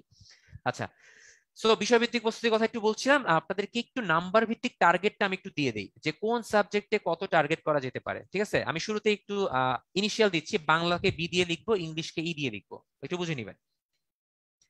বাংলায় হচ্ছে আপনার 35 নম্বর থাকে, বাংলা ভাষা 20 নম্বর, সাহিত্য 15 নম্বর। সো আপনি বাংলা ভাষা 20-এর মধ্যে সাপোজ যদি আপনি 12 পান, ধরলাম 12, এটা কিন্তু কম বেশি হতে পারে। যারা বাংলা ভাষায় ভালো তারা বলতেছেন কি ভাই আপনাদেরকে কি মনে করেন আমরা মাত্র 12 কেন পাবো? আবার অনেকে বলছেন যে ভাই 12 তো অনেক বেশি হয়ে গেল, আমরা তো 7-8 বেশি পাচ্ছি না। কোনো সমস্যা নেই ভাই, আমি একটা এভারেজ নাম্বার বলছি, আপনি কাছাকাছি থাকার চেষ্টা করবেন। আর অন্যদিকে যদি আপনি সাহিত্যের মধ্যে নর্মালি হচ্ছে আপনার 5 মার্ক থাকে হচ্ছে প্রাচীন যুগ এবং মধ্যযুগ থেকে, আর 10 নম্বর থাকে হচ্ছে আপনার আধুনিক যুগ থেকে, মানে সরি সাহিত্য হচ্ছে 20 নম্বর থাকে, আমি একটু উল্টা বলে ফেলেছি। আপনার ভাষায় থেকে 15 নম্বর আর সাহিত্যে থেকে 20 নম্বর। সো ভাষার মধ্যে আপনি 15তে মিনিমাম 10 টার্গেট করবেন, আর সাহিত্যে 20-এর মধ্যে টার্গেট করবেন হচ্ছে মিনিমাম 12। ঠিক আছে, অর্থাৎ আপনাকে টার্গেট করতে হবে বাংলায় 35-এর মধ্যে 22+ বা 20, এরকম একটা টার্গেট রাখতে হবে। ওকে গেল। ইংরেজি তো আমি ভাইয়া সেম কথাটাই বলবো, আপনাকে অ্যাপ্রক্সিমেটলি 20 টার্গেট করতে হবে। বাট ইংরেজির ব্যাপারটা হচ্ছে অনেকেরই বেসিক কিছু গ্রামার বা অনেক প্রবলেম থাকে, যেহেতু ইংলিশ হচ্ছে আমার মাদার টাং না, সেক্ষেত্রে ইংরেজিতে প্রবলেম হতেই পারে। তো এই কারণে হচ্ছে আবার ইংলিশ সাহিত্যটা কিন্তু আমরা আমাদের ছোটবেলা থেকে যে পড়াশোনাগুলো করেছি ক্লাস 6, 7, 8, 9, 10 বা অনার্সে বা ইন্টারমিডিয়েটে, সেখানে কিন্তু আমরা ইংলিশ সাহিত্য যারা অনার্সে পড়েছি তারা বাদে এই জিনিসটা কিন্তু অনেকের কাছেই নতুন। সো অনেক কবি সাহিত্যিকের নাম বা অনেক ছোট ছোট লিটারেরি টার্মস এগুলো আমাদের কাছে নতুন লাগে, কঠিন লাগে। সো এই অংশে কিন্তু নাম্বার কমতে পারে। সো দ্যাট ডাজন্ট ম্যাটার, আপনাকে অবশ্যই 20-এর আশেপাশে থাকার চেষ্টা করতে হবে। সো এখানে 22, এখানে 20। এরপর আসি বাংলাদেশ অ্যাফেয়ার্স। বাংলাদেশ অ্যাফেয়ার্স একটা হিউজ টপিক, 30 মার্কস। 30 মার্কসের মধ্যে আপনাকে মোর দ্যান 20+ অবশ্যই রাখার চেষ্টা করতে হবে, অর্থাৎ 2/3 পাওয়ার চেষ্টা করতে হবেই। আচ্ছা, এরপরে আসি ইন্টারন্যাশনাল অ্যাফেয়ার্স। ইন্টারন্যাশনাল অ্যাফেয়ার্স 20-এর মধ্যে 12 পাওয়ার চেষ্টা করেন, কাছাকাছি থাকেন, কম বেশি 1-2 হতেই পারে।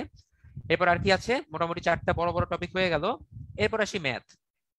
ম্যাথে হচ্ছে আপনার 15 নম্বর। যারা ভালো পারেন ভাইয়া তারা অবশ্যই 14 বা 15 টার্গেট করবেন, আর যারা একটু কম পারেন তারা মিনিমাম 10 ট্রাই করবেন, কারণ বিসিএস পিডির ম্যাথ খুব আহামরি কঠিন আসে না, আমি বারবার বলছি। আপনারা যারা ব্যাংকিং এর জন্য পড়াশোনা করছেন বা ব্যাংকের চাকরি বা আদার্স চাকরির জন্য, খেয়াল করে দেখবেন আইবিএ বা অন্যান্য কোশ্চেন গুলো যেগুলো হয় সেক্ষেত্রে কিন্তু ম্যাথ বেশ হার্ড হয়, ইংরেজিতে কোশ্চেন হয় এবং বেশ বড় বড় ম্যাথ দেয়। কিন্তু বিসিএস পিডিতে কিন্তু এত কঠিন ম্যাথ দেয় না, সাধারণত 9-10-এর ম্যাথ গুলো থাকে, ছোট ছোট ক্ষেত্রে একটা সম্ভাবনা বা একটা বিন্যাস সমাবেশের ম্যাথ থাকে। তো সেক্ষেত্রে 10 পাওয়া খুব কঠিন না, এবং 14-15 পাওয়া কিন্তু মোটামুটি ইজি। তো এই ক্ষেত্রে আমরা একটু 10-এর উপর টার্গেট করার চেষ্টা করব। মানসিক দক্ষতা বা মেন্টাল এবিলিটি তো সেম কথা ভাইয়া, যারা ভালো পারেন তাদের ক্ষেত্রে 13 থেকে 14 পাওয়া খুব ইজি, আর যারা মোটামুটি পারেন তাদের ক্ষেত্রে 10 পাওয়া খুব একটা কঠিন না। তো এটা আমাদের টার্গেট থাকবে। এরপরে আসি হচ্ছে সায়েন্স। যারা বিজ্ঞানের স্টুডেন্ট, ইদানিং একটু কিন্তু কোশ্চেন কঠিন হচ্ছে বিজ্ঞান বা কম্পিউটার এই অংশগুলোর জন্য। সো 2-3টা প্রশ্ন অনেক সময় কনফিউজিং থাকে, অ্যান্সার 2-3 রকম হয়। পরীক্ষা শেষ করার পর আমরা ফেসবুকে এসে ঝড় তুলি যে এইটা এ অ্যান্সার হবে, এইটার অ্যান্সার এটা হবে, অনেক রকম রেফারেন্স দেওয়ার চেষ্টা করি। So only PSC knows what the answer will be. So এটা নিয়ে কনফিউজিং হওয়ার কোনো দরকার নাই, আপনারা চেষ্টা করবেন হচ্ছে যেটা পারেন সেটা পূরণ করবেন, কনফিউজ থাকলে ফাঁকা রেখে আসবেন, কোনো সমস্যা নেই। সো সায়েন্সে আমাদের টার্গেট থাকবে 12, মোটামুটি 12 মতো থাকলে ভালো হবে, আর যারা একটু কম পারেন 10 টার্গেট করেন।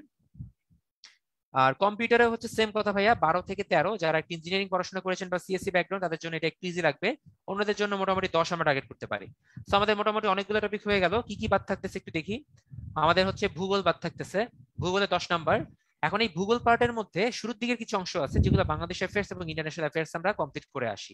সো এই অংশগুলো কিন্তু আমাদের জন্য একটু কমন পড়ে যায়। সো ভূগোলে আমরা মোটামুটি মিনিমাম 6 পাওয়ার চেষ্টা করব, এর কম হলে আসলে এই অংশটা খারাপ হয়ে যাবে। আচ্ছা, এরপর আর কি আছে ভাইয়া, নৈতিকতা, মূল্যবোধ, সুশাসন আছে।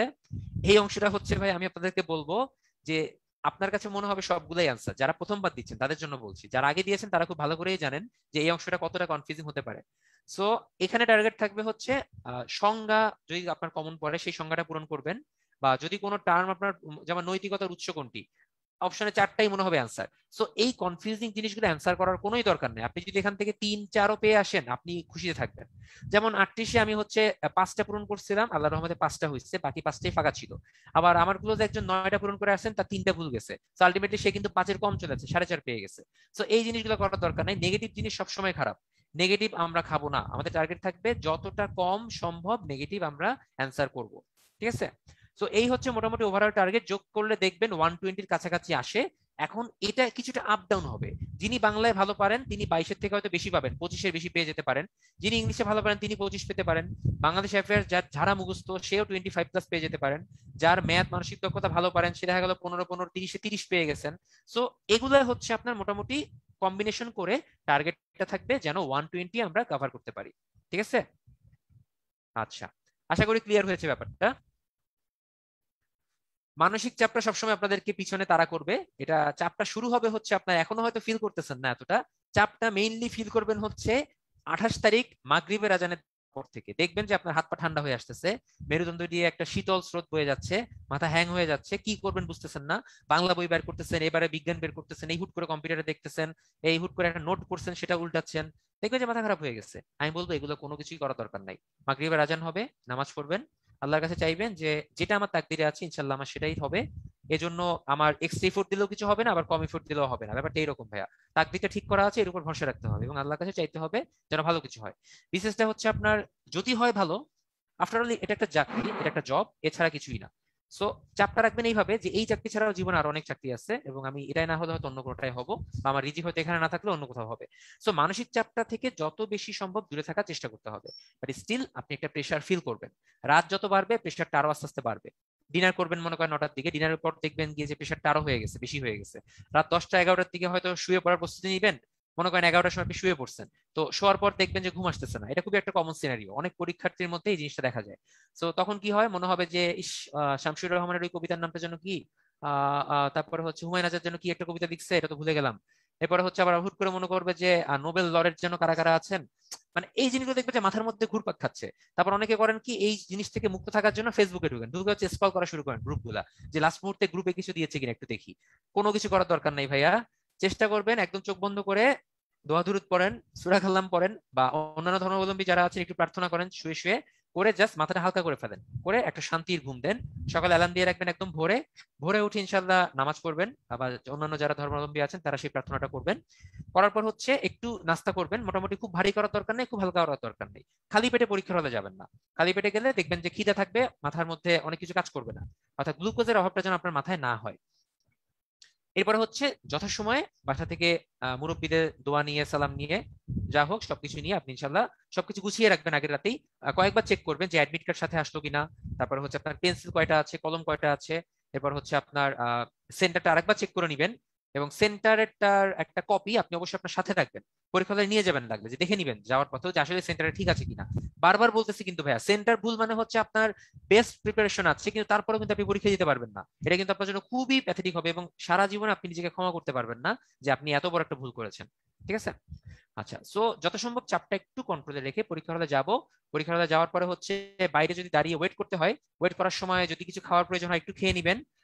বাট বাইরে দাঁড়িয়ে অনেকের সময় অনেকে কারেন্ট অ্যাফেয়ার্স, অর্থনৈতিক সমীক্ষা, রিসেন্ট ভিউ বা কিছু হাইলাইটস যে বইগুলো আছে সেগুলোর সাথে নিয়ে যান, গিয়ে বারবার দেখতে থাকেন। দেখবেন যে আশেপাশে কয়েকজন মানুষ গোল হয়ে পড়তেছে, কেউ বলবে যে এইটা আসতেছে, এইটা আসতেছে, এবার এটা আসবেই। এই টাইপের কোনো কনভারসেশনে কারোর সাথে যাওয়ার চেষ্টা করবেন না। উনি পড়তেছেন, ওনাকে পড়তে দেন। একজন গোল হয়ে কয়েকজন মিলে আড্ডা দিচ্ছে, তাদেরকে আড্ডা দিতে দেন। আপনি আপনার মতো থাকেন, আপনার কোনো কিছু করার দরকার নাই, জাস্ট নিজের মতো করে থাকেন। এবং কারো যদি মনে হয় যে না যেতে যেতে আমার কিছু দেখতে হবে, সাথে নিয়ে যেতে পারবেন, কোনো সমস্যা নাই। কিন্তু না নিয়ে যাওয়াটা বেটার, কারণ লাস্ট মুহূর্তে আপনি একটা কিছু যখন পড়তে থাকবেন আপনার কাছে মনে হবে যে ওই জিনিসটার একটু পড়া বাকি আছে, ওইটা তো একটু দেখা উচিত ছিল। সো এটা আপনার মধ্যে আরো কনফিউশন ক্রিয়েট করবে। ওকে, সো মানসিক চাপকে আমাকে কন্ট্রোল করতে হবে, খুবই কঠিন একটা কাজ, বাট যে কন্ট্রোল করতে পারে সেই বিজয়ী হবে, এটাই হচ্ছে ব্যাপার। ঠিক আছে? আচ্ছা, সো পরীক্ষার্থীর সংখ্যা নিয়ে বলেছি ভাইয়া, অনেক বেশি পরীক্ষার্থী, নিয়ার অ্যাবাউট 4.5 লাখ। কিন্তু এর মধ্যে একটা ব্যাপার আছে, আপনার প্রতিযোগী আর প্রার্থী দুইটার মধ্যে একটা পার্থক্য আছে। প্রার্থী বলতে হচ্ছে আপনারা যারা যারা আবেদন করেছেন সবাই প্রার্থী, সবাই পরীক্ষা দিবে, কিন্তু সবার প্রিপারেশন সেম না। আপনি দেখবেন একটা লার্জ অ্যামাউন্ট নাম্বারে দেখবেন যারা আবেদন করেছে শুধুমাত্র প্রথমবার একটা অভিজ্ঞতা নেওয়ার জন্য, তারা হয়তো খুব ভালোভাবে পড়াশোনাই করে নাই। সো তারা কিন্তু প্রতিযোগী না, তারা জাস্ট হচ্ছে প্রার্থী। আপনার প্রতিযোগী সংখ্যাটা কমে 1 লাখের নিচে চলে আসে যারা খুব ভালো প্রিপারেশন নেয়। ঠিক আছে? এই প্রতিযোগিতা 1 লাখের নিচে চলে আসে, আমি আপনাকে বলছি, believe it or not. 1 lakh even আরো কম হয়, খুব বেশি হলে একদম হার্ড কম্পিটিটর হয় হচ্ছে 50 থেকে 60,000, এর বেশি ভালো কম্পিটিটর থাকে না। আপনি দেখবেন অনেকেই আছে হচ্ছে যে অ্যাপ্লাই করেছি, লাস্ট মুহূর্তে এসে পড়তে ভালো লাগতেছে না, যা হয় হবে অ্যাটেন্ড করে আসি। আবার অনেকে আছে যে দূর কিছুই তো পড়ি নাই, কোনো বইপত্রই কিনেন নাই, হয়তো অ্যাপ্লাই করে রাখছেন, পরীক্ষা হলে গিয়ে ঘুরে আসবেন। সো এদেরকে আমাদের বাদ দিতে হবে, এরা কোনোভাবে আমার কম্পিউটার হতে পারবেন না। সো একটু রিল্যাক্সে থাকেন, আপনার যুদ্ধ হবে মেইনলি 50 থেকে 60 হাজারের সাথে। আচ্ছা, বিষয়ভিত্তিক সময় বন্টন নিয়ে একটু কথা বলি। যেহেতু আপনারা 1 থেকে শুরু করতে পারেন, আবার আপনার স্ট্রং জোন থেকে শুরু করতে পারেন, এটাও হতে পারে। তো সময় বন্টনটা হচ্ছে আপনার কোনো ক্ষেত্রে অতিরিক্ত সময় দিবেন না, কোনো ক্ষেত্রে কম সময় দিবেন না। সাধারণত ম্যাথ, মেন্টাল অ্যাবিলিটি, তারপর হচ্ছে বিজ্ঞান, এই টাইপের কিছু, বা কম্পিউটারে কিছু মাঝে মধ্যে ক্যালকুলেশন থাকে, যেমন কম্পিউটারে বাইনারি থেকে ডেসিমাল, হেক্সাডেসিমাল বা এই টাইপের কিছু নাম্বার বন্টন আসে, বা লজিক গেট নিয়ে কিছু প্রশ্ন আসে, এগুলোর জন্য কিন্তু সময় আমার বেশি লাগে, তাই না? মনে করেন হচ্ছে নৈতিকতার উৎস কোনটি, আপনি একটা পূরণ করে দিলেন, এটা আপনার 4টা অপশন দেখতে এবং গোল্লাটা পূরণ করতে আপনার খুব বেশি হতে 10 সেকেন্ড সময় লাগবে না, আই হোপ। কিন্তু আপনার একটা ম্যাথ, আপনি প্রশ্নটা পড়বেন, পড়ার পরে এটার ইকুয়েশন কোনটা হবে সেটা একটু চিন্তা করে রাফ করলেন, করার পরে ডেটাগুলো ওখানে বসাবেন, বসানোর পর ক্যালকুলেশন করবেন, ক্যালকুলেশনের করার পর যে অ্যান্সারটা বের হলো সেই অ্যান্সারটা আপনি 4টা অপশনের সাথে মিলাবেন, মিলানোর পরে কারেক্ট অ্যান্সারটা চিন্তা করবেন, করার পর ওএমআর শিটে গিয়ে সেটা পূরণ করবেন। দেখবেন যে 1 মিনিটের নিচে কোনোভাবেই পারতেছেন না, 1 মিনিট লেগেই যাচ্ছে, অনেক ক্ষেত্রে 2-3 মিনিটও লেগে যেতে পারে। সো কি করণীয়, কি করতে হবে? সো আপনাকে বলতেই হচ্ছে যে ম্যাথ, মানসিক দক্ষতা, বিজ্ঞান, কম্পিউটার এই অংশগুলোতে একটু সময় আমাকে বেশি দিতে হবে। আর অন্যদিকে বাংলা, ইংরেজি, তারপরে হচ্ছে ভূগোল, তারপরে হচ্ছে নৈতিকতা, বাংলাদেশ অ্যাফেয়ার্স, এগুলোতে হচ্ছে আপনার just yes or no question, অর্থাৎ আপনি জানলে এটা অ্যান্সার করতে পারবেন, না জানলে পারবেনই না। ঠিক আছে, যেমন অর্থনৈতিক সমীক্ষা অনুযায়ী এখন মাথা পিছু আয় কত, এটা যদি আপনি জানেন পূরণ করতে পারবেন। সো এটা আপনার যদি আনসারের সাথে মিলে যায়, পূরণ করতে ম্যাক্সিমাম 10 থেকে 15 সেকেন্ড। সো ওইখানে যে টাইমগুলো আপনার বেঁচে যাচ্ছে, ওই টাইমগুলো আপনি এই অংশগুলোতে ইনপুট দিবেন, যেন এখানে বেশি সময় আপনি পান। ঠিক আছে? আচ্ছা, কোন সেটে যদি এমন হয়, সাপোজ সেট নাম্বার 2 এ শুরুতে হচ্ছে আপনার ম্যাথ আছে, এখন আপনি ম্যাথ ভয় পান, ম্যাথ শুরুতে করতে যাচ্ছেন না, সেক্ষেত্রে আপনার পরামর্শ থাকবে হচ্ছে আপনি ম্যাথ অংশটা বাদ দেন, এরপর থেকে শুরু করেন। ঠিক আছে? তবে ম্যাথ জিনিসটা হচ্ছে একটু মাঝামাঝি করা ভালো, কারণ শুরুতে অনেক সময় ম্যাথ করতে গিয়ে সময় নষ্ট হলে লাস্টে প্রেশার পড়বে, এটা একটা আপনার নেগেটিভ সাইড। আবার লাস্টে ম্যাথ রাখলে দেখবেন যে সময়ের স্বল্পতার কারণে আপনি নার্ভাস হয়ে গেছেন, তাড়াহুড়া করতে গিয়ে কোনো ম্যাথ মিলবে না। সো এইটাও একটা নেগেটিভ সাইড। সো ম্যাথ, মানসিক দক্ষতা এই অংশগুলো একটু মাঝামাঝি অ্যান্সার করে ফেলার চেষ্টা করবেন 1 ঘন্টা বা 1 ঘন্টা 10-15 মিনিট এই সময়টার মধ্যে।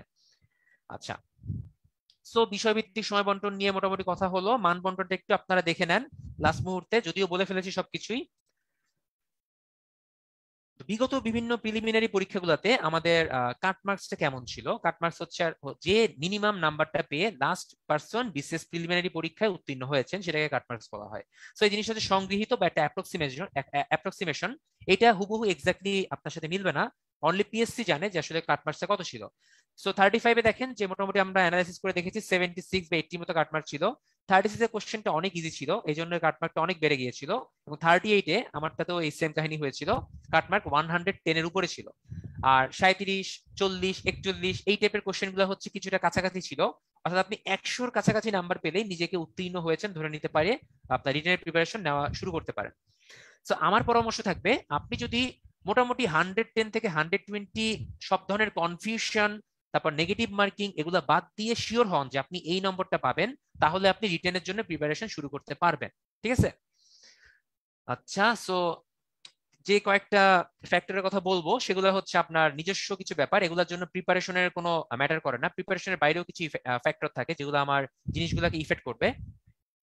সর্বোপরি হচ্ছে আমার সৃষ্টিকতার ভরসা রাখতে হবে, আপনার প্রস্তুতি একটু গুছানো হতে হবে, র্যান্ডম পড়াশোনা করে কোনো লাভ নাই, এবং সর্বোপরি হচ্ছে কনফিডেন্স লেভেলটা আপনাকে বুস্ট আপ করতে হবে।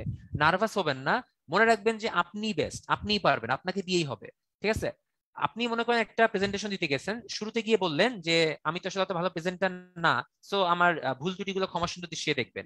একটা অনুষ্ঠানে গিয়ে কোনো গান গেতে যাচ্ছেন কোনো ব্যক্তি, সে বললেন ভাইয়া আমি কিন্তু অত ভালো গান জানি না, ক্ষমা সুন্দর দৃষ্টিতে দেখবেন। এই কথাগুলো হচ্ছে সম্পূর্ণ নেগেটিভ সাইড, আপনার মানসিক দুর্বলতার পরিচয়। এই কথাগুলো কখনোই বলা যাবে না, বা এই টেন্ডেন্সি নিয়ে কোনো কাজে যাওয়া যাবে না। আপনি মনে করবেন আপনি বেস্ট, আপনি কোনো কিছু কেয়ার করবেন না, অবশ্যই আপনাকে দিয়েই হবে, সেই কনফিডেন্সটা নিয়ে আপনাকে কাজে লাগতে হবে। ঠিক আছে? আচ্ছা, কিছু র্যান্ডম কোশ্চেন এবং তার অ্যান্সার আমি একটু এখানে দিব, এগুলো কিছু মার্ক করা আছে, আমি এক এক করে সবগুলোই বলছি। কোন প্রশ্নের অপশনে যদি সঠিক উত্তর না থাকে বা যদি 2টা কারেক্ট অ্যান্সার থাকে সেক্ষেত্রে কি করব? সঠিক উত্তর না থাকলে ব্ল্যাঙ্ক রেখে চলে আসবেন, কোনো সমস্যা নাই, ওটা নাম্বার পাবেন। যদি 2টি উত্তর থাকে একটা পূরণ করবেন, এবং এক্ষেত্রে যে অপশনটা আগে আছে সেটা পূরণ করবেন। যেমন মনে করেন ক, খ, গ, ঘ, কারেক্ট অ্যান্সার হচ্ছে খ আর ঘ, আপনি খটা পূরণ করবেন। ঠিক আছে? টাইম ম্যানেজমেন্টের কথা বলেছি, উত্তর করার টেকনিকের কথা বলেছি ভাইয়া, কোথায় সময় কম দিবেন কোথায় সময় বেশি দিবেন সেটা অবশ্যই মাথায় রাখতে হবে। সিকোয়েন্সের কথাও বলেছি ভাইয়া, এটাও আপনাদের উপর সম্পূর্ণ। পেন্সিলে মার্ক করে রাখা যাবে কিনা, প্রশ্নে রাফ করা যাবে কিনা, রাফের কথা বলে ফেলেছি, বাট এমসিকিউ গুলা পেন্সিলে মার্ক করে রাখতে পারবেন কিনা এটা একটু বলি। মনে করেন আপনি প্রথম থেকে শুরু করে 120টা পূরণ করেছেন, 80টা হচ্ছে আপনার ফাঁকা রাখা হয়েছে। এখন আপনি যদি কোশ্চেনটা একটু মার্ক করে না রাখেন যে কোন 80টা আমার ব্ল্যাঙ্ক আছে, আপনি তো দেখে দেখে বুঝতে পারবেন না। সো একবারে বোঝার জন্য একটা টেকনিক করতে পারেন, মনে করেন এই হচ্ছে প্রশ্নগুলো এরকম করা আছে 1, 2, 3, 4, মনে করেন আপনি 2 আর 3 ফাঁকা রাখছেন, সো ছোট করে পেন্সিলে একটু এরকম করে দাগ দিয়ে রাখেন পাশে। দেখা যাচ্ছে ভাই আমি মার্ক করে দিয়েছি, কিন্তু একটু দেখে রাখেন। হ্যাঁ, এরকম ছোট একটা আলতো করে পেন্সিলে মার্ক করে রাখবেন। পরে যখন আবার এগুলো রিভিশন দিতে আসবেন তখন বুঝবেন যে এই অংশগুলো আমার ব্ল্যাঙ্ক আছে, তো এই অংশগুলো তখন আরেকবার দেখবেন। এটা করা যাবে, সমস্যা হওয়ার কথা না। নৈতিকতা, মূল্যবোধ, সুশাসনের কোশ্চেন গুলো নিয়ে বারবার আমরা কনফিউশনে পড়ি, বিভ্রান্তিতে পড়ি। সো এক্ষেত্রে কি করণীয়? এক্ষেত্রে যেটা হচ্ছে, আপনার 4টা 5টার বেশি পূরণ করার দরকার নাই। যদি বেশি কনফিউশন থাকে বাদ, এখানে বেশি নাম্বার পাওয়ার কোনো দরকার নাই, কারণ আপনি নেগেটিভ দিলেই কিন্তু আপনার মেইন নাম্বার থেকে নাম্বার ডিডাকশন হওয়া শুরু করবে। বারবার ভালো প্রস্তুতি নিয়ে অনেকে প্রিলিমিনারি ফেল করে আসতেছেন, অনেকগুলো কারণ হতে পারে। এর মধ্যে কতগুলো কারণ আমি অলরেডি বলে ফেলছি। সাইলেন্ট এক্সপেল হতে পারেন, হয়তো হয় না, তারপরে হতেও পারে জিনিসটা। হয়তো আপনার ওয়েমার শিট ভুল করার কারণে আপনার কোনো কারণে ভুল হয়েছে পূরণ করতে, আপনি সেটা খেয়াল করেন নাই, এই জন্য আপনার খাতা বাতিল হয়ে যেতে পারে। আপনার হচ্ছে কোনো কারণে আপনার খাতা মিসিংও হয়ে যেতে পারে। মনে করেন আপনার ওয়েমার গুলো গুছিয়ে নেওয়ার পরে এই কোশ্চেন গুলা বা অ্যান্সার গুলা আপনার বিভাগীয় শহর থেকে ঢাকা বা অন্য জায়গায় নিয়ে যাওয়া হচ্ছে। সো এই পরিবহনের সময় যদি কোনো কারণে, আল্লাহ না করুক, আপনার কোনো খাতা ড্যামেজ হয়ে যায়, নষ্ট হয়ে যায় বা কিছু হয়ে যায়, সেটা কিন্তু আপনাকে পিএসসি জানাবে না। ঠিক আছে, এই কাজটা তারা করবে না, কারণ এত লাখ লাখ পরীক্ষার্থী কয়েকজনের নষ্ট হলেও তারা কিন্তু এটা কেয়ার করে না। স্বাভাবিক, এটা আসলে ন্যাচারালি এটা করার কথাও না। সো দোয়া করবেন আল্লাহর কাছে যেন অ্যাটলিস্ট আপনার খাতা যেন কোনো কারণে নষ্ট না হয়, সবকিছু যেন ঠিকঠাক হয়। আমি নিজেই হচ্ছে এই জিনিসটা সবসময় প্রার্থনা করতাম, পিলির সময় বলেছি যে ওয়েমার যেন বিনষ্ট না হয়, রিটার্নের খাতা যেন কোনো কারণে হারিয়ে না যায়, কোনো লুসশিট যেন ছিঁড়ে নষ্ট না হয়ে যায়, বা খাতা থেকে যেন আলগা না হয়ে যায়। এই জিনিসগুলো অবশ্যই যদি আপনার ভালো থাকে, তাহলে হচ্ছে আপনার খাতা বাতিল হওয়ার কোনো চান্স থাকবে না। আচ্ছা, সো প্রিলিমিনারি ফেল করার আরো কিছু কারণ আছে। সেটা হচ্ছে আপনি পড়েছেন ভালো করে, কিন্তু আপনার টেকনিকে কিছু সমস্যা আছে। আপনি পরীক্ষার হলে গিয়ে ছক্কা মারতে পারেন নাই। এই যে 2 দিন আগে ইন্ডিয়া সুন্দর করে পাকিস্তানের কাছে 10 উইকেটে হারলো। এখন আপনি যদি এটা অ্যানালাইসিস করেন যে ইন্ডিয়া তো better team, obviously India far far far better team, তাহলে কেন এরকম একটা মানে এই একটা লজ্জাজনক হার কেন হলো? এটা কি কারণে হলো? এটা হচ্ছে ওই খেলার ওই 1.5 ঘন্টা 20 ওভারের মধ্যে যারা ফাটিয়ে দিয়েছে তারাই জিতেছে। এটাই হচ্ছে কথা। আপনি পরীক্ষার হলে গিয়ে যদি ফাটাই দিয়ে আসতে পারেন, কোনো সমস্যা নেই, আপনি টিকবেন। পরীক্ষার হলে ভালো প্রিপারেশন থাকার পর অনেকে হচ্ছে নার্ভাসনেস বা অন্যান্য বিভিন্ন পারিপার্শ্বিক প্রেশার বা ফ্যাক্টরের কারণে পরীক্ষাটা খারাপ হয়ে যায়, বা প্রিপারেশন ভালো থাকার পরেও পরীক্ষাটা ঠিকমতো দিতে পারেন না। অনেকে নার্ভাস হয়ে ব্ল্যাঙ্ক রাখেন, বা 1 থেকে 200 পর্যন্ত যেতেই পারেন না, 150 পর্যন্ত এসেই দেখেন সময় শেষ। সো এক্ষেত্রে সময় ম্যানেজমেন্টটা কিন্তু খুবই গুরুত্বপূর্ণ। এই অংশগুলোর দিকে যদি একটু খেয়াল রাখা হয় এবং আপনার প্রস্তুতি যদি ভালো থাকে, আপনাকে অবশ্যই বিশেষ পরীক্ষায় উত্তীর্ণ হওয়া আল্লাহ না চাইলে ঠেকাতে পারবে না কেউ। আচ্ছা, নেগেটিভ মার্কিং এড়ানোর উপায় ভাই বলে দিয়েছি। 50-50% না হলে পূরণ করার চেষ্টা করবেন না, ঠিক আছে? আচ্ছা, প্রশ্নের উত্তরের কনফিউশন কাটিয়ে উঠতে কি করা যেতে পারে? ভাই কনফিউশন কখনোই কাটানো সম্ভব না, এবং আপনি এখন একটা মডেল টেস্ট দেন, দেখবেন কনফিউশন কাটায় উঠতে পারতেছেন। সাপোজ যে এই দুইটার মধ্যে একটা হয়তো হবে, কিন্তু মেইন পরীক্ষার হলে গিয়ে দেখবেন আপনার কনফিউশন আরো বেশি হয়ে যাচ্ছে। 50-50-র ক্ষেত্রেও দেখবেন যে কোনটা দিব দিলে কি নেগেটিভ হয়ে যাবে কিনা, এই টেনশনটা সবসময় থাকবে। তো সেক্ষেত্রে আসলে ভাইয়া ওই সময় আপনার মন কি বলে, অর্থাৎ আপনার হৃদয় কি বলে, লিসেন টু ইউর হার্ট, যেটা বলে সেটাই করেন, সেটাই মনে হয় ভালো হবে। এক্ষেত্রে আমার পরামর্শটা সবার জন্য ইফেক্টিভ নাও হতে পারে। অল্প সময় প্রস্তুতি নিয়ে কিভাবে ভালো করা যেতে পারে ভাইয়া? এক্ষেত্রে অবশ্যই আপনার বেসিকটা স্ট্রং হতে হবে। অর্থাৎ আপনি ছোটবেলা থেকে যে পড়াশোনাগুলো করেছেন, ম্যাথ, তারপরে বাংলা, ইংলিশ বা গ্রামার, এই ধরনের বেসিক গুলো যদি আপনার স্ট্রং থাকে, সাধারণত তারা প্রিলিমিনারিতে কম ফেল করে। তো এই জিনিসটা একটু খেয়াল রাখতে হবে। সাবজেক্ট ওয়াইজ আলাদা আলাদা পাস করার কোনো ব্যাপার নাই। আপনি টোটাল যদি কাটমার্কের উপর থাকেন, আপনাকে অবশ্যই উত্তীর্ণ ঘোষণা করতে হবে। কত নম্বর পেলে সেফ জোন বলা যেতে পারে সেটা আমি মোটামুটি অলরেডি বলে ফেলেছি ভাইয়া, এই নিয়ে আর বেশি কথা বলবো না। সো এই ছিল মোটামুটি আপনার সাথে ভাই আমাদের কথাবার্তা। আমাদের যে মটোটা, যে বিশ্বাস রেখো বুকের ভিতর, প্রত্যয় অনুভবে, স্বপ্ন জয়ের যুদ্ধে বা সফল তুমি হবে। সো অবশ্যই আপনার স্বপ্ন জয়ের যুদ্ধে অবতীর্ণ হতে গেলে বিশ্বাসটাকে বড় করতে হবে, কনফিডেন্স রাখতে হবে। আপনাকে মনে রাখতে হবে you are the fittest, you must win. এই উইন উইন সিচুয়েশনটা নিয়ে আপনাকে পরীক্ষায় অ্যাটেন্ড করতে হবে। ইনশাল্লাহ আপনারা সফল হবেন। সো কারো যদি এরপরে কোনো কনফিউশন থাকে, প্লিজ চ্যাট বক্স বা কমেন্ট বক্সে কোশ্চেন করতে পারেন।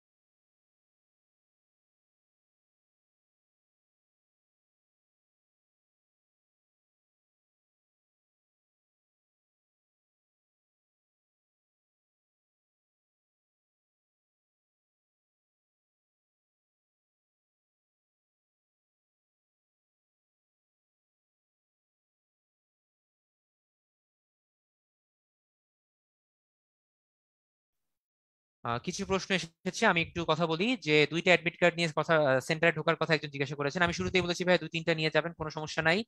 একজন ভাইয়া ঘড়ি না থাকার কথা বলছেন। ভাইয়া এই টাইপের কথা আমি শুরুতে বলছি, ঘড়ি অবশ্যই থাকবে, ঠিক আছে, এত টেনশন করার কিছু নাই। মাস্ক অবশ্যই পড়তে হবে, স্যানিটাইজার নিতে পারেন সাথে, কোনো অসুবিধা হবে না। ব্যাগের ক্ষেত্রে ট্রান্সপারেন্ট ব্যাগের কথা বলছি, শুরুতে বলছি ভাই আপনারা তো খেয়াল করেন নাই, এনআইডির ফটোকপির সাথে নিয়ে যেতে পারেন, বাট এটা খুব একটা ম্যান্ডেটরি কিছু না। বাট আমার মনে হয় যাদের এনআইডি আছে, এনআইডির সাথে নিয়ে গেলে ভালো হয়। কোনো কারণে যদি ইনভিজিলেটর চেক করার চেষ্টা করেন বা বলেন, সেক্ষেত্রে আপনি এটা দেখিয়ে ফেলতে পারবেন। ওকে, আচ্ছা।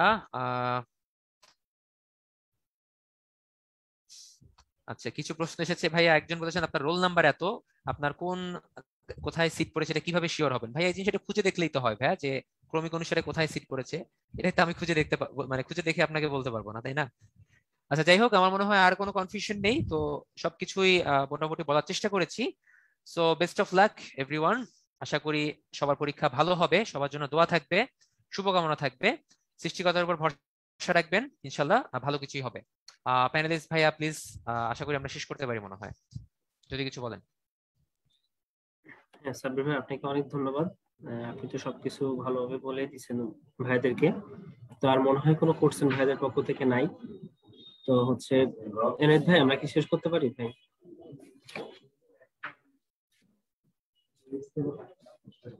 সাব্বির ভাই, আপনি যদি কোনো কিছু না বলতে চান বা আর যদি কোনো কিছু না থাকে তাহলে আমরা শেষ করবো।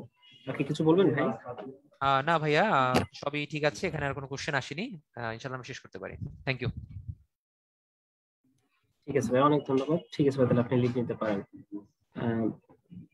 আচ্ছা এনায়েত ভাই, তাহলে আমরা শেষ করি।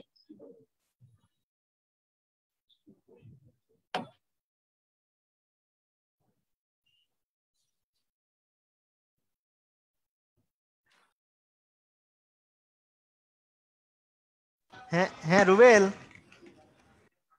রুবেল হ্যাঁ ভাইয়া। এনায়েত ভাই, তাহলে আমরা শেষ করি ভাইয়া। হচ্ছে হ্যাঁ ভাইয়া, সাব্বির হ্যাঁ ভাই ভাইয়া, হচ্ছে শেষ করে দাও, সবকিছুই সমস্যা নেই। মোটামুটি হ্যাঁ হ্যাঁ, অনেক ভালোভাবে হ্যাঁ ঠিক আছে, করছে। ইনশাল্লাহ। ভাইদের যে কোশ্চেন ছিল চ্যাট বক্সে বা কিউএনএতে যেগুলো ছিল সবগুলোর অ্যান্সার দিয়ে দিছে। তো ঠিক আছে, সবাই ভালো থাকেন, আপনাদের জন্য শুভকামনা থাকলো। আল্লাহ হাফেজ।